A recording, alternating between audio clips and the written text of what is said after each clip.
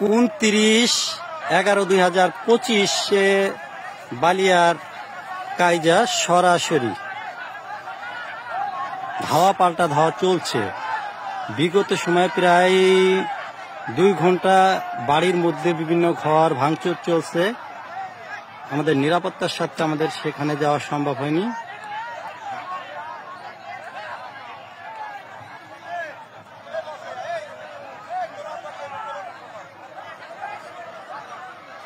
নুনু মাতুব্বরের দল বনাম আজাদ খন্দকারের দল ধাওয়া পাল্টা ধাওয়া চলছে। ইট পাটকেল মারামারি হচ্ছে, হয়তোবা ভিডিওতে ইটগুলো দেখা যাচ্ছে না, ইট ছুটছে।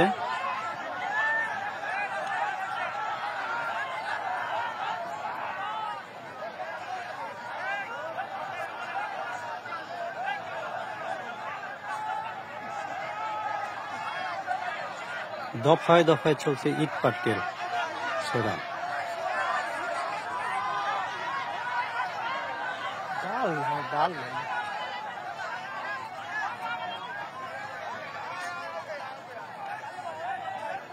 Era